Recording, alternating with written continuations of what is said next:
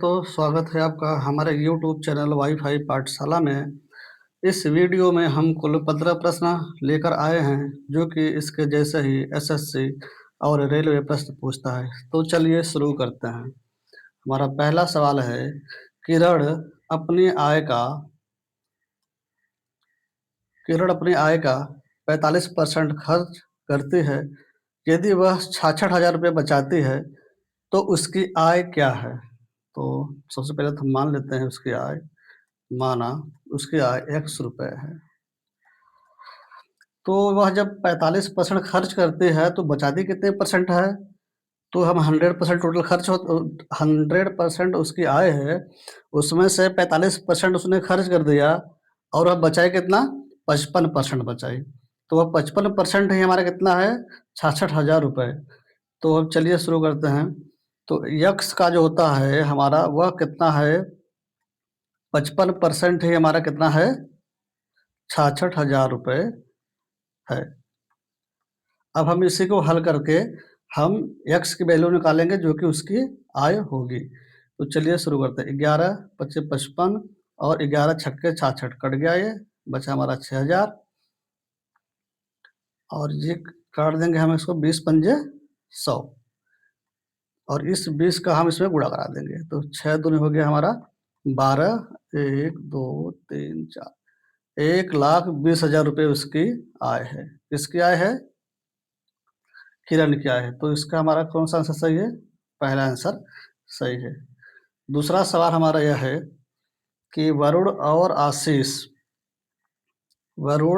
मिलकर एक हाल को 3 दिनों में रंग सकते हैं। वरुण अकेले इसे 7 दिनों में रंग सकता है। आशीष अकेले ऐसे ही 4 हाल कितने दिनों में रंग सकता है?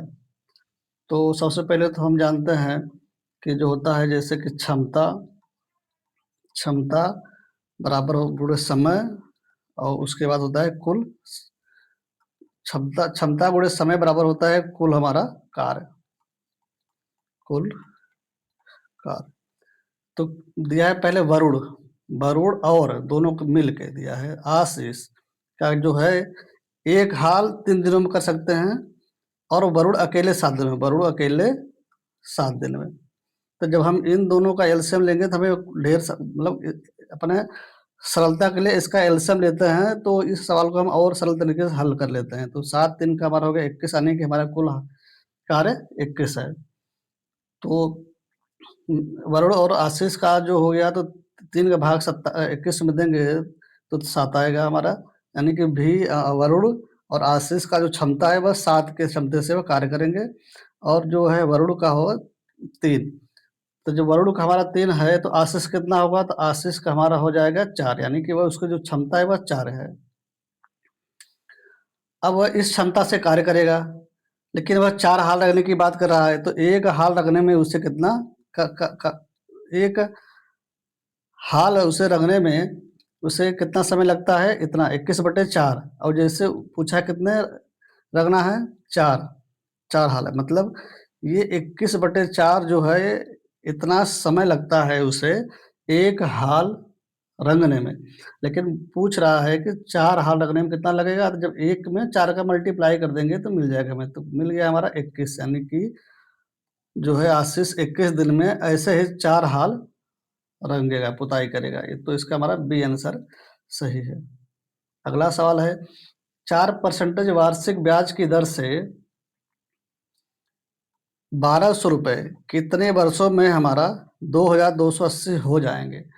तो बात हो रही है, हमारा दे दिया है इसमें हमारा मूलधन दे दिया है हमारा पी जो कि है वह 1,200। अब कुल धन दे दिया है, यानी कि यह कुल है, इसमें मूलधन भी है प्लस ब्याज है। तो सबसे पहले हम ब्याज निकालेंगे। तो कुल कुल धन में से अपना मूलधन निकाल लेंगे तो जो बचेगा वही हमारा ब्याज हो जाएगा। तो हम पहले 2,280 में से हम निकालेंगे तो 8 हो जाएगा ये, और ये 0 ये 1, यानी कि हमारा यह क्या हो गया? यह कुल टोटल साधारण ब्याज हमें मिला कितने दिन में, यही निकालना है। तो हम जानते हैं इसमें कितना दिया है टाइम रेट कितना दिया है? 4%।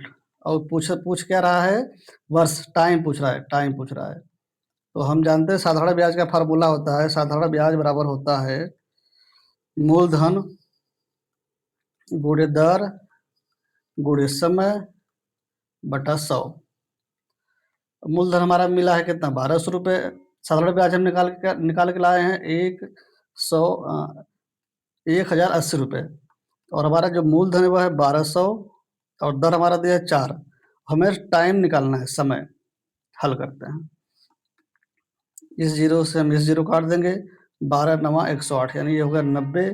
फिर हम इसको काट देंगे, 4 दूनी 8, 1, फिर 4 दूनी 8 बचा 1, 4 पंजे 20 बराबर, यानी कि जो हमारा है समय होगा इसका 22.5 वर्ष में, 22.5 वर्ष में जो है 1200 रुपये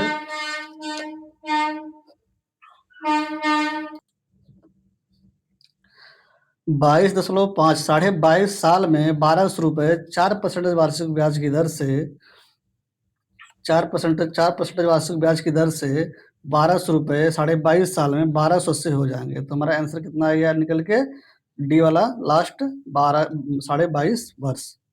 अगला हमारा है दो समपूरक कोण। बात कर रहा है समपूरक कोण, ध्यान देना। एक समपूरक कोण में से बड़ा कोण जो है वह छोटे कोण से 28 अधिक है। छोटे कोण से कितना है, 28 अधिक। तो छोटे कोण हमें निकालना है। तो पहले हम एक नियम आप जान लीजिए। नियम हमारा है कि दो समपूरक कोण दो समपूरक कोण का योग हमेशा 180 अंश होता है। तो मतलब ये हमारा नियम है। और दिया क्या है, और माना छोटा कोण x डिग्री है। तो बड़ा कोण कितना होगा, दिया है वो भी बड़ा कोण हमारा दिया है कि छोटे कोण से 28 अधिक, यानी कि हमारा छोटा कोण में से 28 अधिक है। ठीक, तो इसमें हम पहले जो नियम है दो समपूरक कोण का योग हमेशा 180 अंश होता है, तो हमें इन दोनों को आपस में जोड़ना है। तो x अंश प्लस 28 बराबर हो गया हमारा 180। तो x 2x हो गया बराबर 180 माइनस 28। 2x माइनस 2x बराबर हो गया हमारा 10 में से 8 गया 2, 7 में से 2 गया 5 और 1, इसको काट देते हैं। 2 7 14, 2 6 12, यानी कि हमारा जो होगा छोटा कोण होगा हमारा वह 76 डिग्री का होगा। बस इसके लिए हम सबसे पहले क्या करेंगे कि बस खाली एक छोटा सा इसका जो होता है नियम होता है, बस यही एक लाइन का नियम आप याद कर लीजिए कि दो समपूरक कोण का योग हमेशा हमेशा हमेशा 180 अंश होता है। बस इसी के हिसाब से बना के रख दीजिए, आंसर हमारा मिल जाएगा।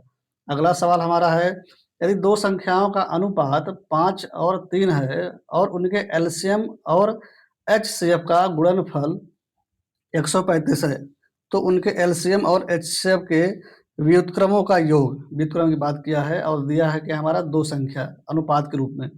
तो माना वह संख्या क्या है, ए बराबर हो गया हमारा 5x और बी बराबर हमारा हो गया 3x। तो हम जानते हैं क्या, ये पहला संख्या गुणे दूसरा संख्या बराबर होता है एलसीएम गुणे एचसीएफ। ठीक, तो पहला संख्या हमारा है 5x, दूसरी संख्या हमारा है 3x, और हमारा एलसीएम और एचसीएफ का गुणनफल दिया है 135। तो हो गया हमारा 5 दूना 10, 5 सत्ते 35, फिर इससे काट देंगे 3 9 27। तो हमारा हो जाएगा x स्क्वायर बराबर 9, तो x निकल के आ गया हमारा 3। ठीक, अब x का वैल्यू हम रख देंगे यहाँ पर, तो हमें रियल नंबर मिल जाएगा। तो 5 तिया 15 और ये 3 त्रिका 9। अब ये हमारा एक संख्या ये है, एक संख्या ये है, तो पूछ रहा है उनके एलसीएम। तो 5 और 3 का 15 और 9 का एलसीएम जो होगा वह होगा हमारा 45। आप निकाल के देख सकते हैं साइड में। और जो हमारा एचसीएफ होगा हमारा वह होगा 3। तो पहले हम 9 और 15 का हम एलसीएम आपको दिखा देते हैं कैसे। 3 पचे 15, 3 त्रिका 9 और ये 5, ये 3, 3 पचे 15, 3 45 और एचसीएफ भी हमारा 3 ही है ये वाला। और फिर पूछ रहा है कि एलसीएम और एचसीएफ की व्युत्क्रम, तो इसका क्या करेंगे, व्युत्क्रम हो जाएगा 1/45 और इसका हो जाएगा व्युत्क्रम एचसीएफ का 1/3। बस इसी का पूछ रहा है योग, तो हमारा हो जाएगा 1/45 प्लस 1/3। अब इन दोनों का हम 45 3 का एलसीएम लेंगे तो 45 मिलेगा और 45 में से भाग देंगे तो यहाँ 1 हो जाएगा और ये 15 हो जाएगा। तो हमारा हो जाएगा 15 1 16/45, यही हमारा आंसर है। तो हमारा 16/45 सी हमारा आंसर है ये वाला। अगला सवाल हमारा है 30 विद्यार्थियों की एक कक्षा ने 30 विद्यार्थियों की 30 विद्यार्थियों की एक कक्षा दी। 30 विद्यार्थियों की एक कक्षा ने एक परीक्षा दी, 12 विद्यार्थियों का औसत 60 है और बाकी का औसत स्कोर 62 है। कक्षा का औसत स्कोर कितना है, मतलब कुल कक्षा में कितने कुल कक्षा में सभी सभी बच्चों का औसत स्कोर हमें निकालना है, जबकि दिया है थोड़ा थोड़ा। तो सबसे पहले प्रथम शर्त के अनुसार हमारा क्या है कि 12 विद्यार्थियों का औसत दिया है हमारा 60, तो 12 विद्यार्थियों के अंकों का योग कितना होगा, 12 विद्यार्थियों के अंकों का योग हमारा हो जाएगा 60 गुणे 12, तो 12 छाक 72, 720। और उसके बाद बाकी का औसत 62 है, तो हमारा 30 में से 12 बच्चे निकल गए तो बचे कितने, 18। तो दूसरा शर्त हमारा कह रहा है कि 18 विद्यार्थियों का औसत हो है 62, फिर वही 18 विद्यार्थियों का अंकों का योग, अंकों का योग 62 में हम 18 का गुणा कर देंगे तो निकल के हमारा आ जाएगा 18 दूना के 36, 18 छक्का 108 और 108 9 10 11 111, कुल हमारा हो गया 1116। अब हमें इनको जोड़ के और टोटल विद्यार्थियों की संख्या से हम भाग दे देंगे, वही हमारा आंसर आने वाला है। तो चलिए 720 टोटल अंक 12 विद्यार्थियों का है और 1116 अंक 18 विद्यार्थियों का है और टोटल विद्यार्थी मिला कितने हो गए, 30। अब इसे को हम हल करते हैं तो हो गया 6 2 1 3 और 7 2 9 1। अब इसे को हम काट देंगे, अब थोड़ा सा अपने तरीके से जितने जल्दी आप काट सकते हैं काटिए। 3 गुणे 10 कर देंगे हम इसको, तो 3 छाक 18 हो जाएगा, एक बचा 3 चौक 12, 3 छाक 18 1। हमने यहाँ पर गलत जोड़ रखा है, कहाँ चला गया, हम यहाँ पर गलत जोड़ रखे हैं, ये 1836 होगा, 1836। तो 1836 भागे 30 करेंगे तो 3 गुणे 10, तो 3 छाक 18, 3 क्या 3, 3 दूनी 6 कट गया, तो 612/10 कर देंगे तो हमारा हो जाएगा 61.2। ये सभी विद्यार्थियों का औसत है, ये हमारा हो गया लास्ट वाला। अगला सवाल है, इसको सरल करना है, इसको सरल करना है, इसको 127 माइनस 7 गुणे 17, 17 अच्छा कितना हो गया 23, डायरेक्ट लिख दीजिए, और प्लस 93। तो हमारा हो जाएगा 127 माइनस इसका आपस में गुणा कराइए तो 7 तरीक 21, 7 दूनी के 14, 14 2 16 प्लस 93। अब इसको प्लस प्लस वाले को पहले जोड़ लीजिए, 7 3 10, 9 2 11, 1 12, 1 2। अब इसमें से हम 161 घटा देंगे, 10 में से 1 गया 9 और इधर हो गया 11, 11 में से 6 गया हमारा 5, 59। ये रहा हमारा, ये छोटा सा दे देता है बीच बीच में ऐसा ही सरल सरल। अब अगला सवाल हमारा है कि 2x माइनस 5y का होल स्क्वायर और 5x प्लस 2y का whole square plus 2x plus 5y और 2x माइनस 5y को इसको 5y इसको सरल करना है। तो चलिए इसको सरल करते हैं। सबसे पहले डायरेक्ट हम हल करते हैं। तो इसका हम स्क्वायर करेंगे, पहले वाले का था 2 दूनी के 4 a स्क्वायर हो जाएगा और प्लस 5 पे 25 बी स्क्वायर हो गया माइनस 2ab 2 दूनी 4 4 पंजे 20 एक्स वाई। अब दूसरा है 5 पचे 25 एक्स स्क्वायर प्लस 2 दूनी के 4 वाई स्क्वायर प्लस 2 पंजे 10 दूनी 20 20 एक्स वाई। और आगे हमारा है फिर प्लस ये हमारा जो है a minus B A plus B है, तो हम जानते हैं A square minus B square होता है 2x 4x square minus 25x Y square. तो हम 25y से 25y काट देंगे और 4x स्क्वायर से हम 4x स्क्वायर काट देंगे। अब जो बचेगा हम उसको रख लेंगे। हम इसको भी काट देंगे, इसको भी, ये नहीं कटेगा। देखिए थोड़ा जल्दबाजी कर दिया, इसको नहीं कटेगा। 4 4 8 हो गया 25 और 25 8 33। ये 4x square plus 25x square plus 4x, ये प्लस था वो भी प्लस था, जल्दी में काट दिया लेकिन कटेगा नहीं, आपस में सब जुड़ जाएगा। तो 4 और 4 8 हो गया और ये 4 25 8 33 एक्स स्क्वायर और ये बचा प्लस 4y स्क्वायर। तो हमारा ये हो गया बी वाला आंसर। अगला सवाल हमारा है एक आदमी को 7 घंटे एक आदमी को 7 घंटे में 519 किलोमीटर की दूरी तय करता है और अपनी दूरी का 2/3 5/7 समय में तय करता है, तो शेष दूरी तय करने के लिए उसकी गति पूछ रहा है। तो चलो पहले जो जैसा कह रहा है हम उसे उसके तरीके में लिख लेते हैं। तो टोटल दूरी हमें दिया है, टोटल दूरी दिया है 519 किलोमीटर और टोटल टाइम दिया है हमारा 7 घंटे। फिर उसका पहला शर्त है कि वह अपनी दूरी का 2/3 यानी कि 5/519 गुणे 2/3, ये पहली दूरी है उसकी D1।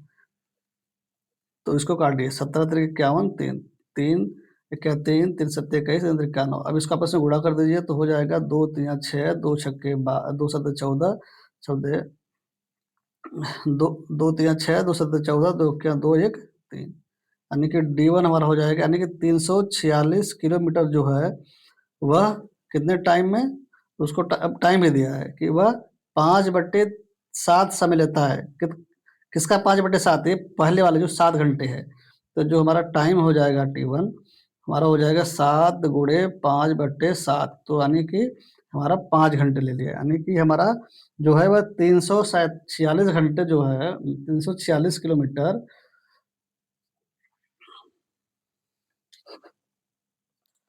हमारा जो पहला है, यानी कि वह 346 किलोमीटर किधर चला गया, 346 किलोमीटर वह 5 घंटे में चल दिया। तो पूछ रहा है जो बची हुई दूरी है वह कितने समय में जाएगा।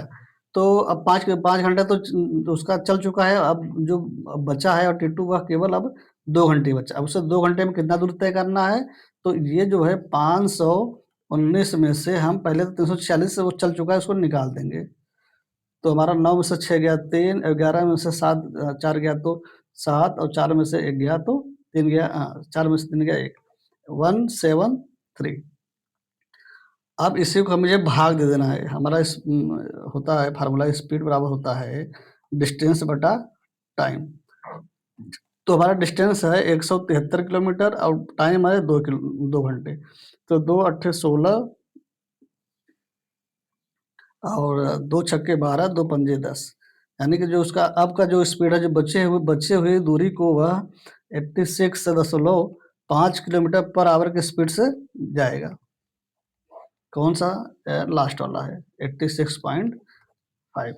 अगला हमारा है प्रेक्षणों।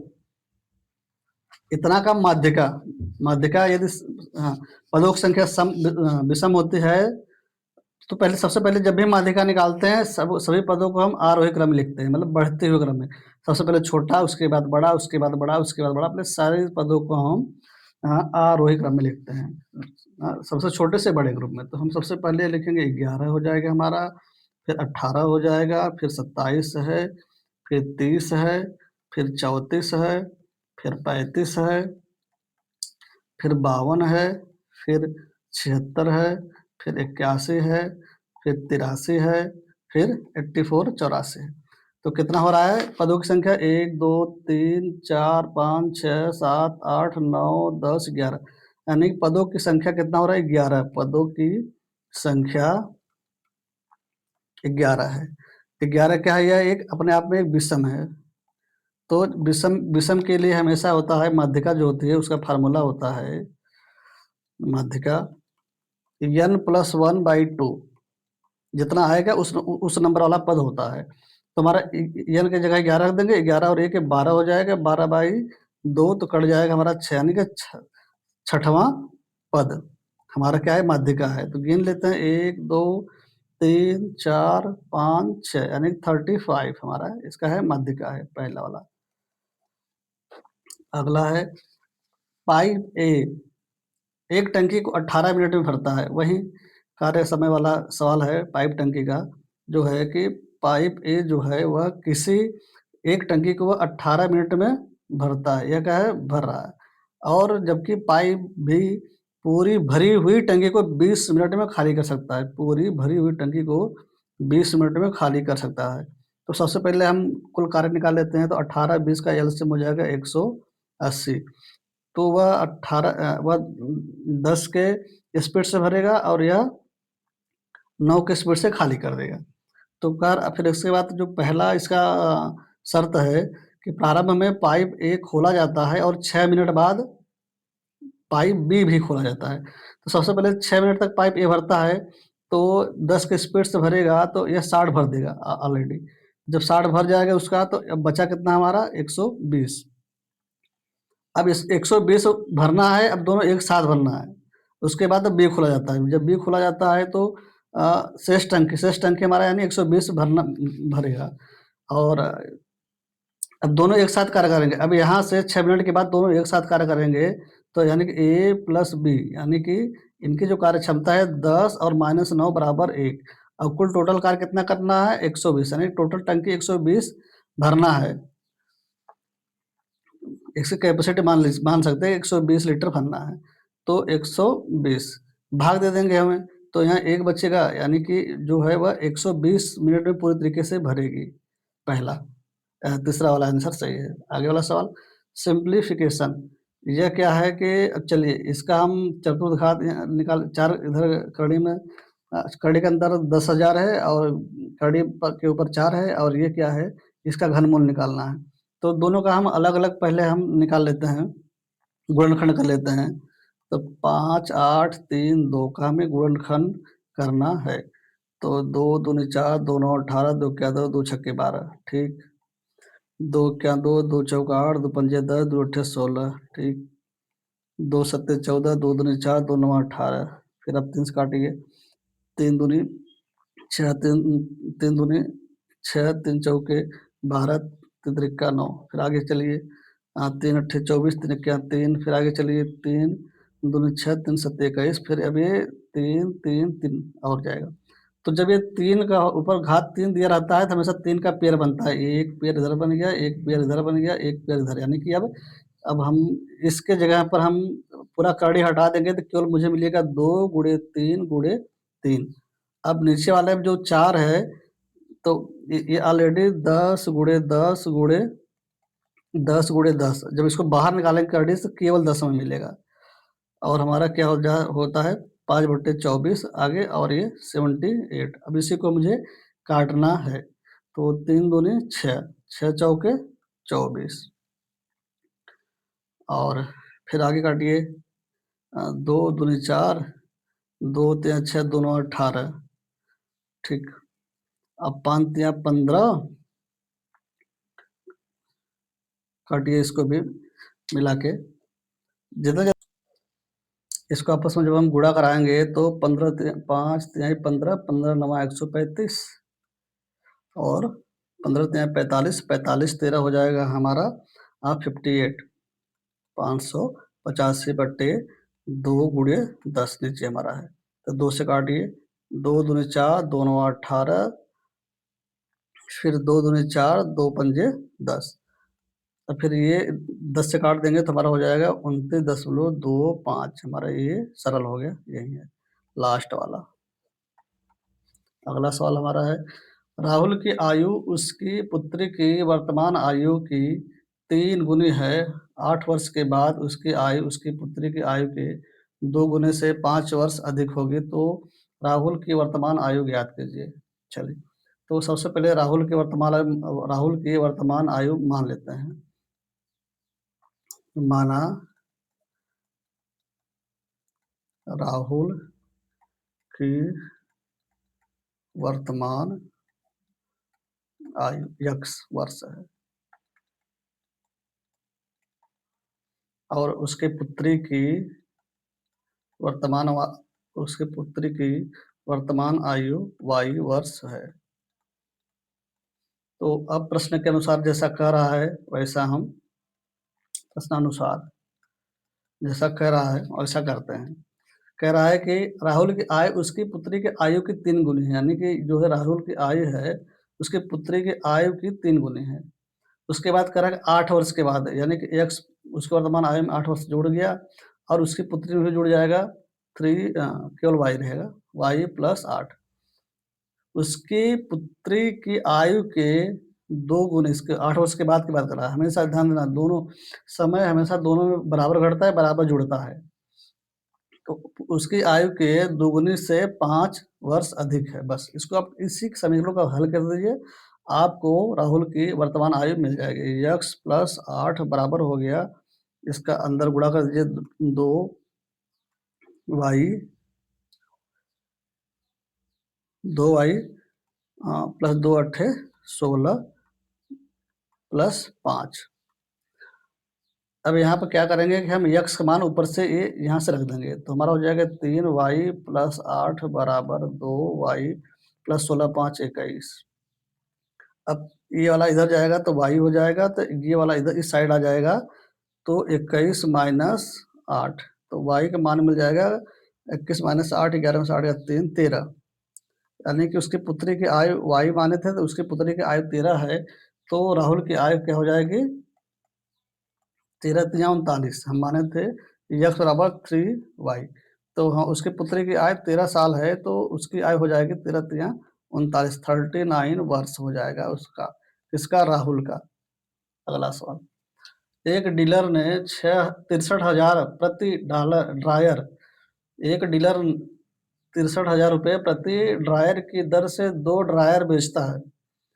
उस पर उसे 5% का लाभ होता एक पर उसे 5% का लाभ होता है और दूसरे पर 30% की हानि होती है, तो पूरे लेन देन में उसकी हानि कितना हो गई उसको हमें निकालना है। सबसे पहले पहले वस्तु के लिए हम निकालते हैं। पहले वस्तु के लिए, पहला वस्तु के लिए क्या है 5% लाभ पर बेचता है, तो माना पहले वस्तु का क्रय मूल्य x है, x का 5% 105%। लाभ की बात करें तो 100 में उतना जोड़ दिया करिए और हानि की बात करें तो 100 में उतना घटा के आगे हल करिएगा। बस सबसे सरल और जल्दी यही होता है। तो यह होता है 63,000, तो ये कटेगा हमारा 5 दूनी 10 5 चक्के 5 और ये 20 21 तिया 63, ये हो गया 3,000 में अभी गुणा हो जाएगा। यानी कि पहले वस्तु का जो क्रय मूल्य है वह 60,000 रुपये है, यानी कि वह 60,000 रुपये का खरीदा था और 5% के लाभ पर उसे वह 63,000 रुपये में बेच दिया। अब दूसरी वस्तु की बात आती है।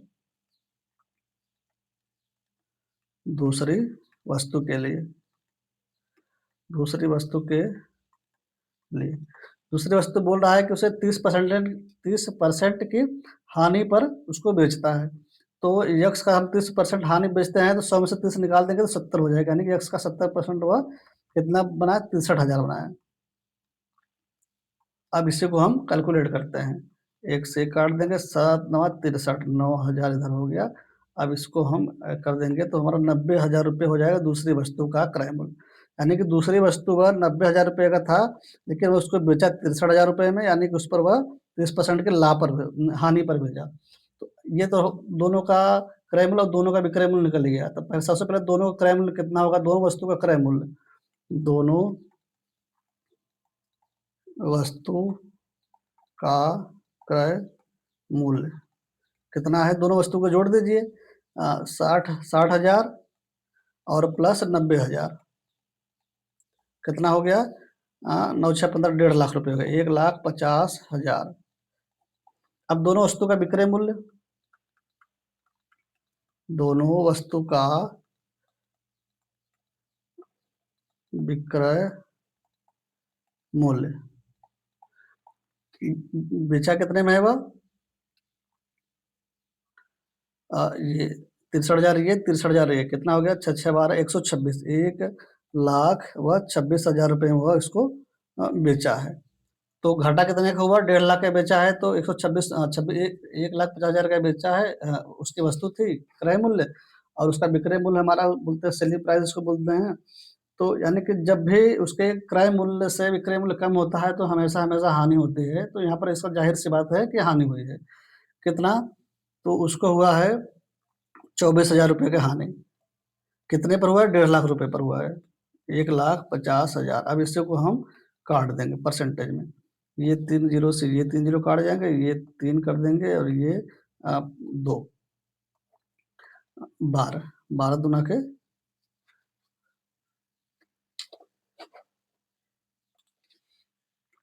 कहाँ थे, 3, 3 से काट देंगे इसको, 3 8 24। अब ये 8 का 2 के साथ गुणा कर देंगे तो हमारा अब मिल जाएगा 8 दूनी 16% की, उसके पूरे बिजनेस में इसको 16% की हानि हुई है।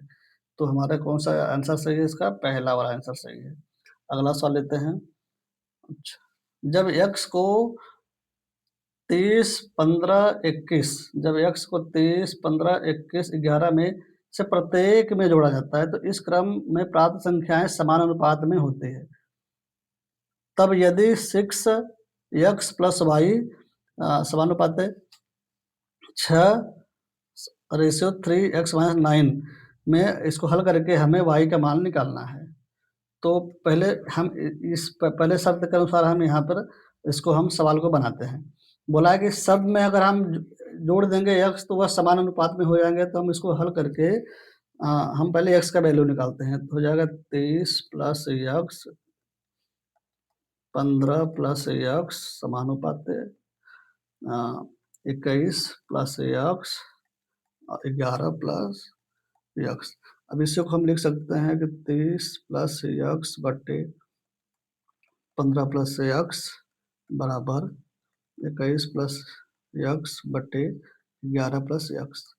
अब इसी को तिर्यक गुणा करके हम इसको x निकाल लेंगे।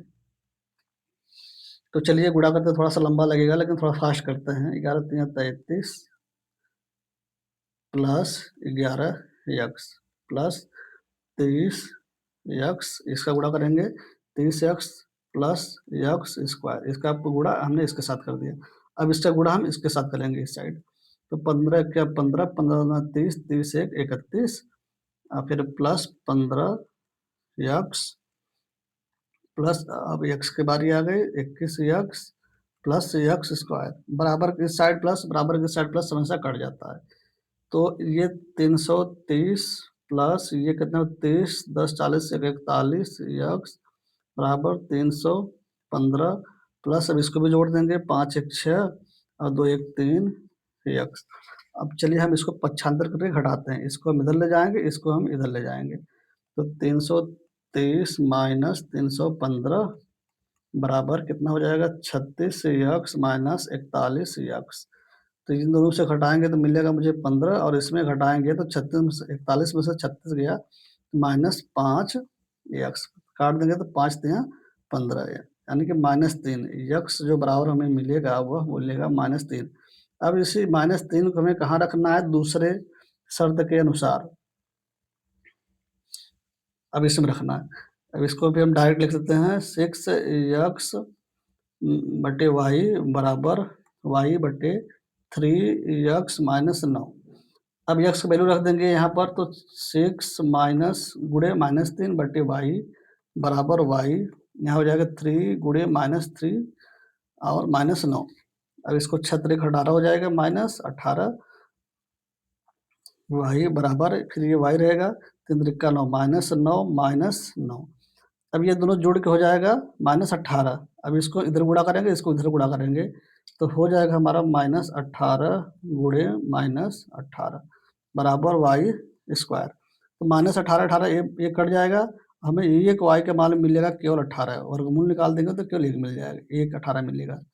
हमारा आंसर कितना है, ये सी वाला 18। तो इसी के साथ हमारा आज का यह सेशन खत्म हुआ 15 क्वेश्चन का। और ऐसे ही सवाल हमेशा आरआरबी रेलवे के किसी भी एग्जाम में, चाहे वह ग्रुप डी का हो और या फिर एनटीपीसी का हो या फिर या एलपी का हो, टेक्नीशियन का हो, किसी का भी हो, वह उसमें हमेशा इसी तरीके से क्वेश्चन बना बना के पूछता है। जरूरी नहीं कि यही क्वेश्चन आएगा, पर उसका जो मेथड होगा और जो जो उसके जो नियम है वो इसी पर आधारित हो, सारे प्रश्न हम देखने को मिलेगा। एसएससी में भी सेम ऐसा ही क्वेश्चन मिलता है। तो वीडियो आपको कैसा लगा, इसको आप कमेंट में लिख के हमें बताइए, और लाइक करिए, शेयर करिए, सब्सक्राइब करिए, और अपने दोस्तों को भी, जो मैथ में कमज़ोर हो, जो उन्हें समझ नहीं आती है छोटी-छोटी बातें, तो हम इन स्टेप बाय स्टेप इसलिए हल कर रहे हैं कि आपको हर एक लाइन में क्यों, कहाँ पर क्या हो रहा है, वो चीज़ आपको पता हो। तो चलिए, थैंक यू।